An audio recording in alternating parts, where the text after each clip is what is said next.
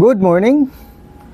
Magandang umaga po sa inyong lahat, mga minamahal. Nawa nasa mabuti kayong kalagayan, magandang kalusugan, at nanatili sa kalakasan sa magitan po ng panampalataya sa Panginoong Diyos.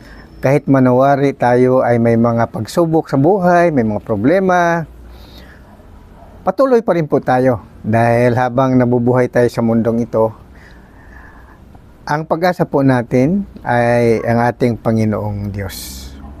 May mga bagay na hindi po natin kaya at nasadlak tayo sa mga pagsubok. Nandoon yung tayo ay madapa, babangon muli, minsan manghina, pero sa tulong ng Panginoon, lumalakas tayo. Kaya, kung baga sa kasabihan ng iba, move on. Patuloy tayo sa ating paglalakad hanggang ating makamit ang tagumpay. Lalo na po ang ating tibay ng panampalataya ng ating minimithi ay buhay na walang hanggan. So, tapusin natin yung nakaraan nating pinaglingkod sa inyo, Juan Kapitulo 3, versikulo 22 hanggang 36. Narito tayo ngayon sa ikalawang bahagi. Ang Juan Kapitulo 3, versikulo 31 hanggang 36. So, ating babasahin po ito, mga minamahal. Ang nanggagaling sa itaas ay sumasa ibabaw ng lahat. Ang galing sa lupa ay tagalupa. At ang ukol sa lupa ang sinasalita niya. Ang nanggaling sa langit ay suma sa ibabaw sa lahat. At kanyang nakita at narinig ay siyang pinatutuhanan niya at walang taong tumatanggap ng kanyang patutuo. Ang tumatanggap ng kanyang patutuo ay naglagay dito ng kanyang tatak na ang Diyos ay totoo. Sapagkat ang sinugo ng Diyos ay nagsasalita ng mga salita ng Diyos, sapagkat hindi niya ibinibigay ang Espiritu sa pamamagitan ng sukat. Sinisinta ng Ama ang anak at inilagay sa kanyang kamay ang lahat ng mga bagay. Ang sumasampalataya sa anak ay may buhay na walang hanggan, ngunit ang hindi tumatalima sa anak ay hindi makakakita ng buhay, kundi ang puot ng Diyos ay suma sa kanya. So dito minamahal ay patuloy natin pag-usapan dito ang tungkol sa patutuo ni Juan Bautista. Kasi isinugo si Juan Bautista upang magbautismo sa Panginoong Hesukristo. Ang Panginoong Hesukristo ay edad 30. Itong si Hesukristo ay tao na ipinanganak ng isang birhen. Ito ay taong bago, tao na hindi katulad natin. Kasi tayo ay nanggaling kay Adam at Eva, nanggaling tayo sa alabok.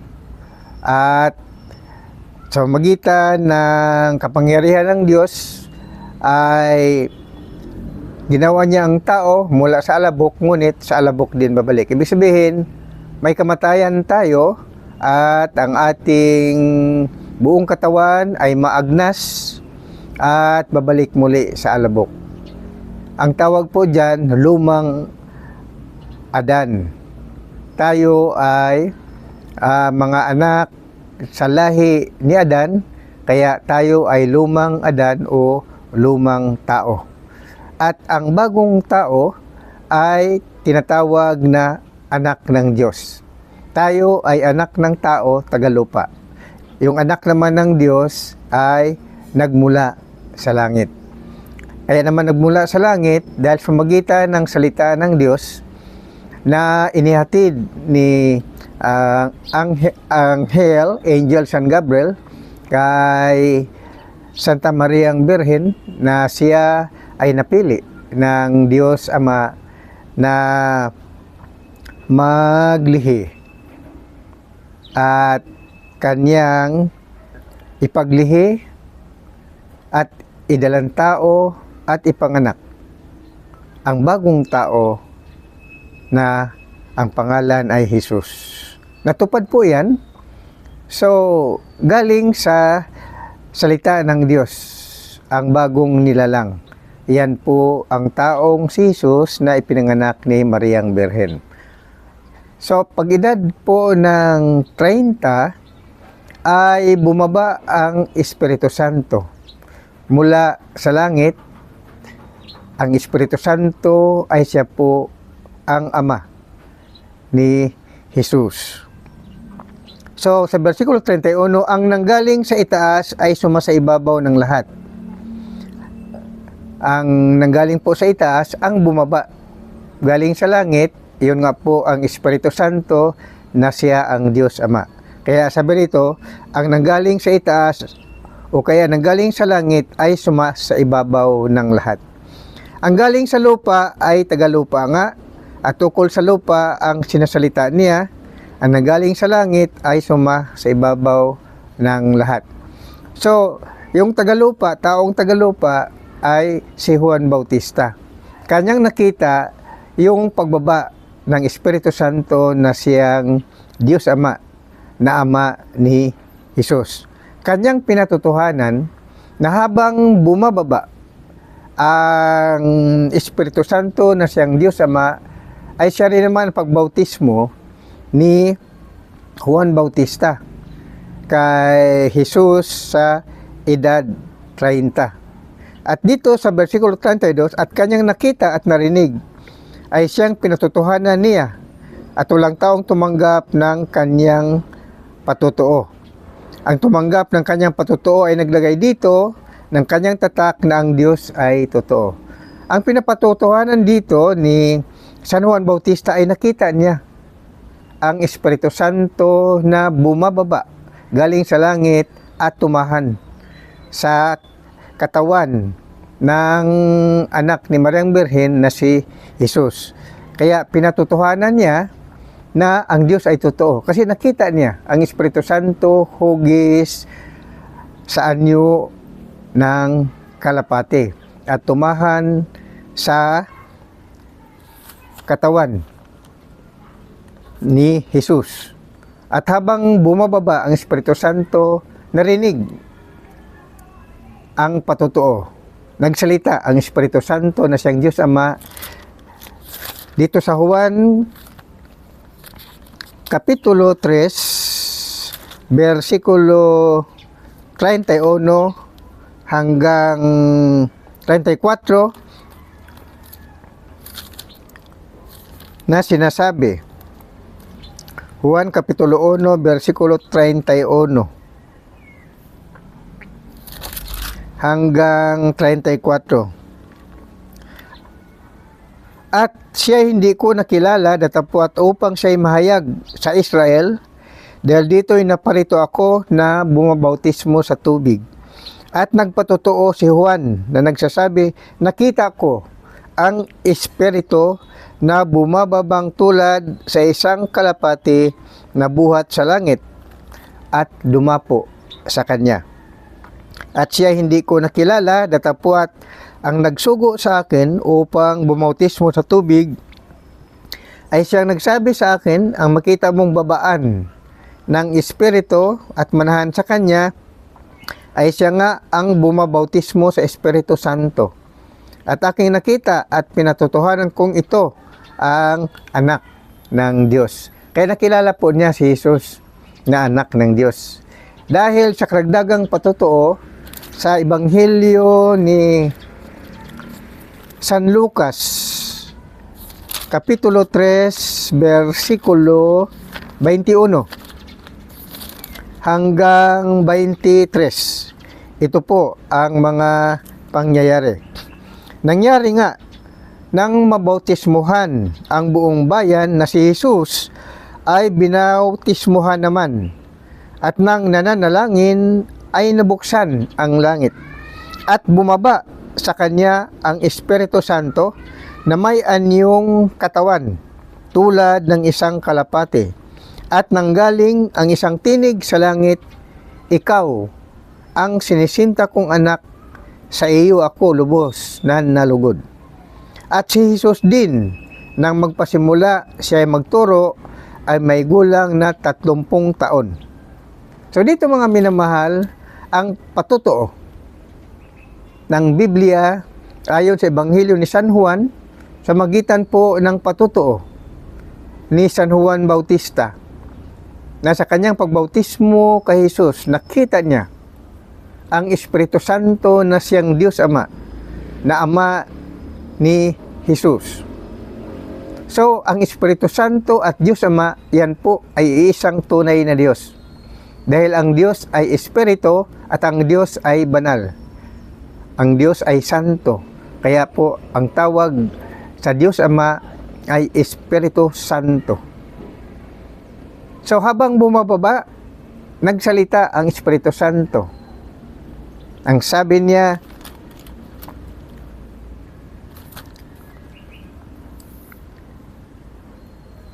versikulo 22 ng Lucas Kapitulo 3. At bumaba sa kanyang Espiritu Santo na may anyong katawan tulad sa isang kalapati, at nanggaling ang isang tinig sa langit, ikaw ang sinisinta kong anak, sa iyo ako lubos na nalulugod.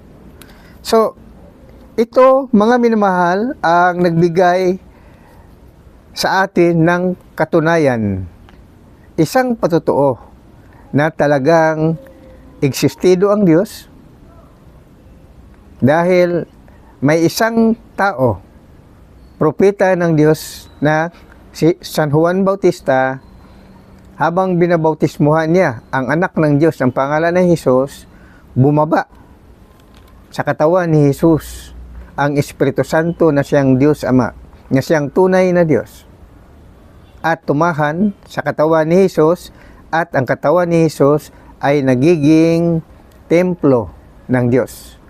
Kaya, sabi ni Juan Bautista, siya ay bumabautismo lamang sa bautismo ng pagsisisi ng mga kasalanan at pamagitan ng tubig, by water immersion. Ang bautismong ito, pagkatapos na magsisi ang tao sa kanyang kasalanan, ay baptism of repentance. Siya ay ilublob sa tubig o sa dagat, at paglabas niya, pag-ahon doon sa tubig, ay kasunod noon ang bautismo ng Espiritu Santo. Na ito ang nangyari sa kapanahonan ng pagbautismo ni San Juan Bautista kay Hesukristo. Kaya pinatutuhanan na ang Diyos ay totoo, na si Jesus ay anak ng Diyos, mga minamahal. At katuparan ng hula sa Isaiah 9:6, na kung basahin natin sa Isaiah 9:6, na sinasabi,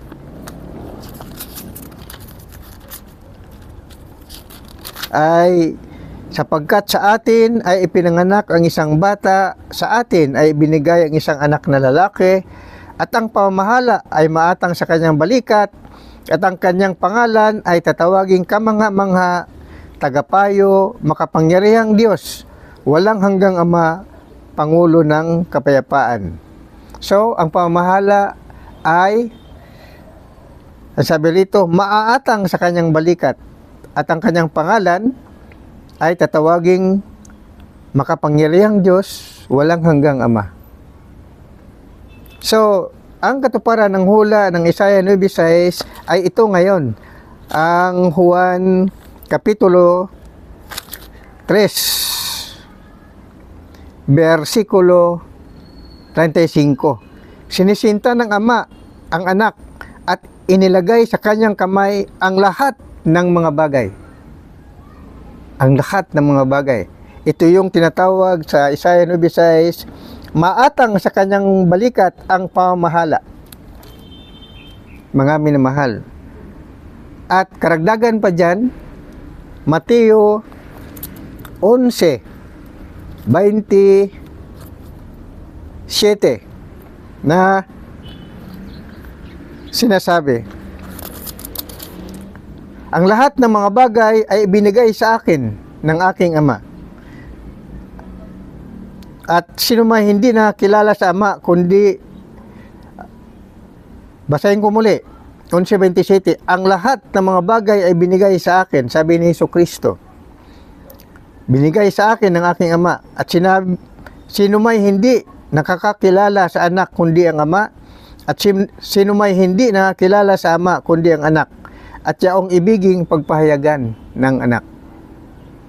So, unang nagpatotoo rito ay ang propeta na si Isaias, katuparan ng hula doon sa Ebanghelyo ni San Juan, pinatutuhanan ni San Juan Bautista ang mga pangyayari ng pagdating ng Espiritu Santo at tumahan sa katawan ng anak at nagsasalita. Ito ang sinisinta kong anak na lubos kong tinalugdan. Tinawag ng Espiritu Santo si Jesus na kanyang anak. Kaya nakilala ni Juan na si Jesus ay anak ng Diyos at ang Espiritu Santo galing sa langit ay ang Ama ni Jesus. Dahil ito ay katuparan ng hula, kaya ang sabi rito sa unang Juan, Kapitulo 5, sa karagdagan pang patotoo, unang Juan Kapitulo 5, versikulo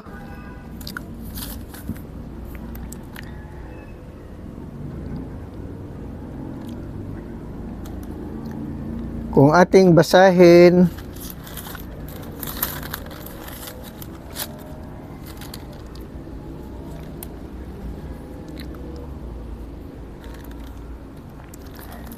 tingnan natin, Juan Kapitulo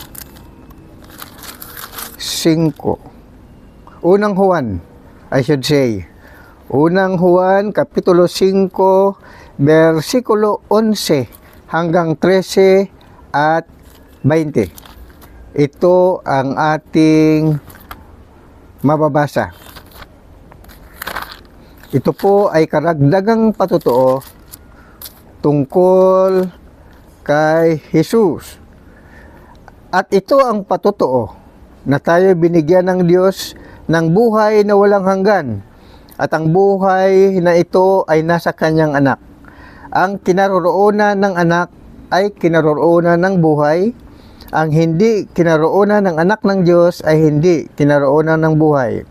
Ang mga bagay na ito ay isinulat ko sa inyo upang inyong maalaman na kayo'y mayroong buhay na walang hanggan. Sa makatuwid ay ang inyong panampalataya sa pangalan ng anak ng Diyos. So mga minamahal, sa patotoo ni San Juan Bautista, sa patotoo mismo ng anak ng Diyos na si Jesus, na ang sabi rito sa unang Juan 5:20, at nalalaman natin na naparito ang anak ng Diyos at tayo binigyan ng pagkaunawa upang ating makilala siya na totoo. At tayo'y nasa Kanya na totoo, sa makatuwid ay sa Kanyang anak na si Jesucristo. Ito ang tunay na Diyos at ang buhay na walang hanggan. So ito mga minamahal ang pinapatotohanan ni San Juan Bautista tungkol sa pagbaba ng Espiritu Santo na siyang Diyos Ama at tumahan sa katawan ni Jesucristo. Kaya si Jesus ay nagiging Panginoon at Kristo dahil tumahan sa Kanya ang Diyos Ama na siyang Espiritu Santo. Ang Diyos Ama na siyang Espiritu Santo, iyan po ang tunay na Diyos. Ngunit si Jesus sa katawang tao ay hindi Diyos. Dahil si Jesus ay anak ni Mariang Birhen, tao. Tao ngunit nanggaling sa salita ng Diyos. Kung muna sa katawang tao ay hindi siya tatawaging Diyos. Mismo sinabi din po yan ni Apostol San Pablo sa Pilipos Kapitulo 2.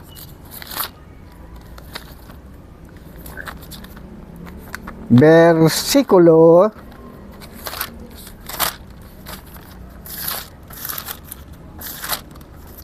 2. Ito ang ating mabasa. Filipos Kapitulo 2, versikulo 5 hanggang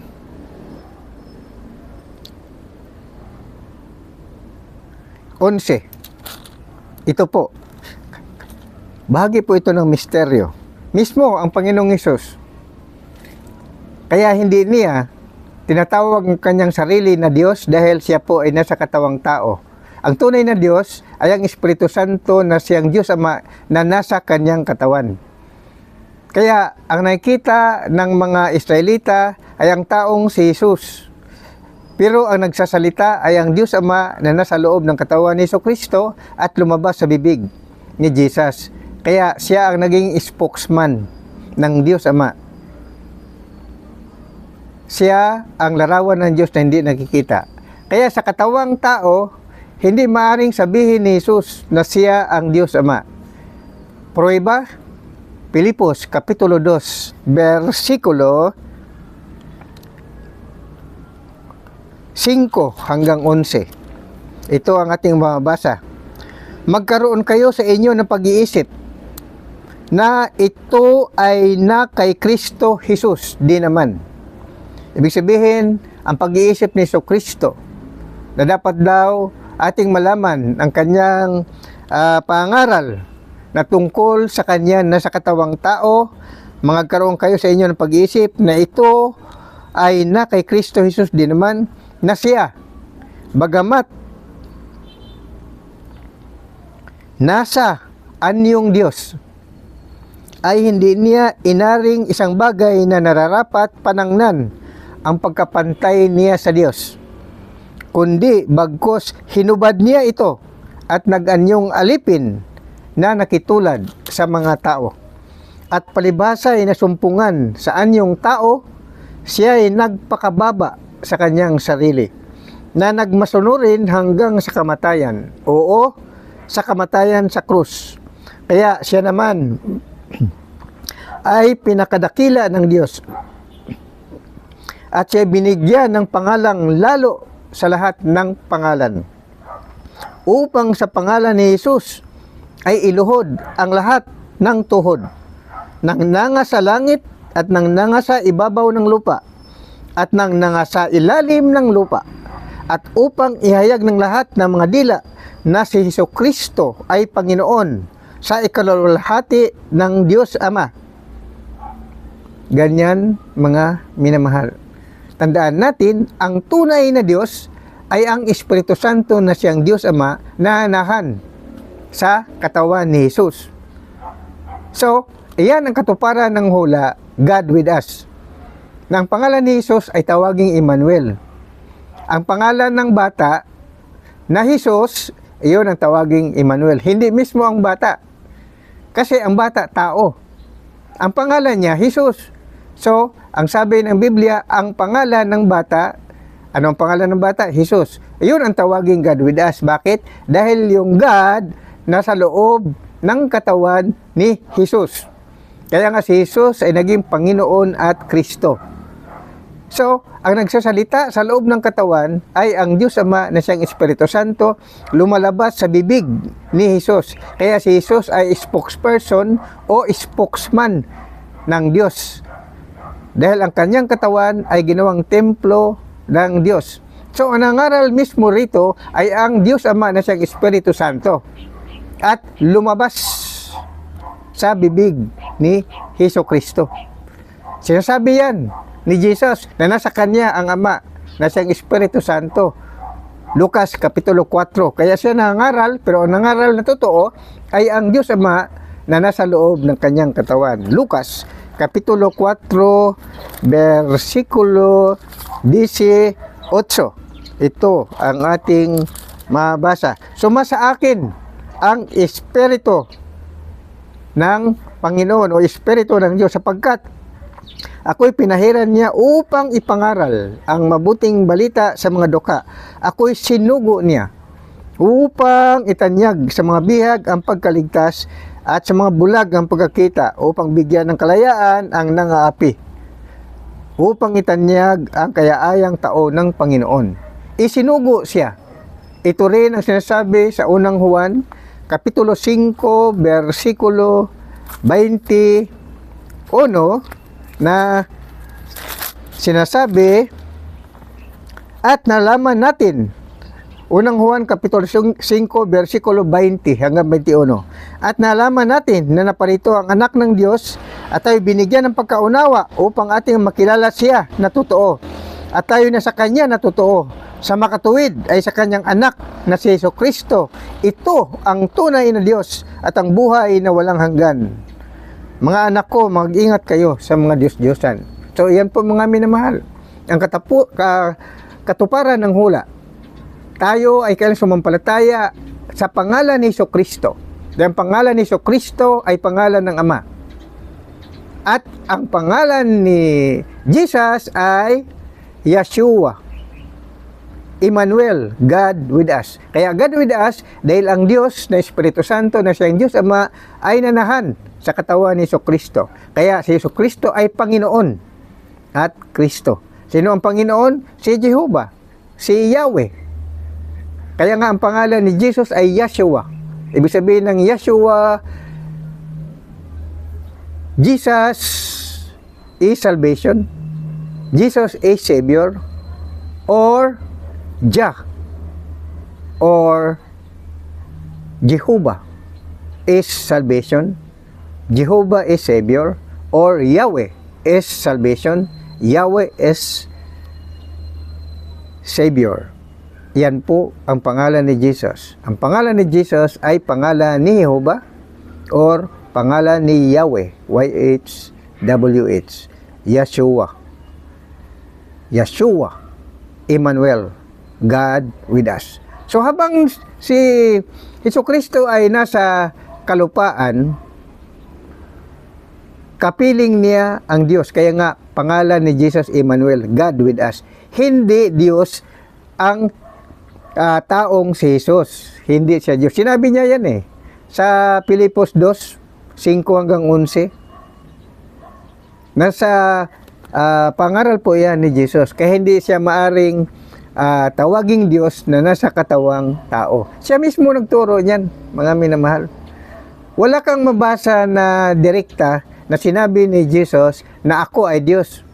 Wala siyang sinabing ganoon. Meron siyang sinabi, I and the Father are one. Pero hindi niya sinabing ako ang Ama. Hindi, I and the Father are one. Bakit? Ang nagsalita po doon ay si ako. Sinong si ako? Yung nakatira sa, yung nanahan sa loob ng katawan ni Jesucristo na si Yahweh, si Jehovah, ang Panginoon, ng Espiritu Santo. Siya nagsalita. Lumabas sa bibig ni Jesus. Kaya nga binabato si Jesus dahil nakunwari daw siyang Diyos. Binabato ng mga Israelita. Yan po ang misteryo, mga minamahal. At nawa kung may mga katanungan man kayo, magtanong lang po kayo. Itong ating paglilingkod ay bukas po ang mga bukas palad po akong tatanggap ng mga katanungan. At sa awa ng Panginoong Diyos ay ibatay natin ang mga kasagutan sa inyong mga tanong sa magitan po ng Biblia. Magandang umaga po. At ito muli ang inyong abang lingkod, Pastor Absalon Rabadon Jr. na isinugo ng Diyos upang ipangaral ang Ebanghelyo ni San Juan at upang ipakilala na ang pangalan ni Jesus ay pangalan ng Diyos Ama. Praise God, Alleluia, Alleluia, Alleluia. Tandaan na po natin, si Jesus sa katawang tao, hindi siya Diyos. Ngunit ang kanyang pangalan ay tawaging Diyos na makapangyarihan at Ama na walang hanggan. Jesus is our Father in Spirit and in truth. Amen and Amen. Praise God. Hallelujah.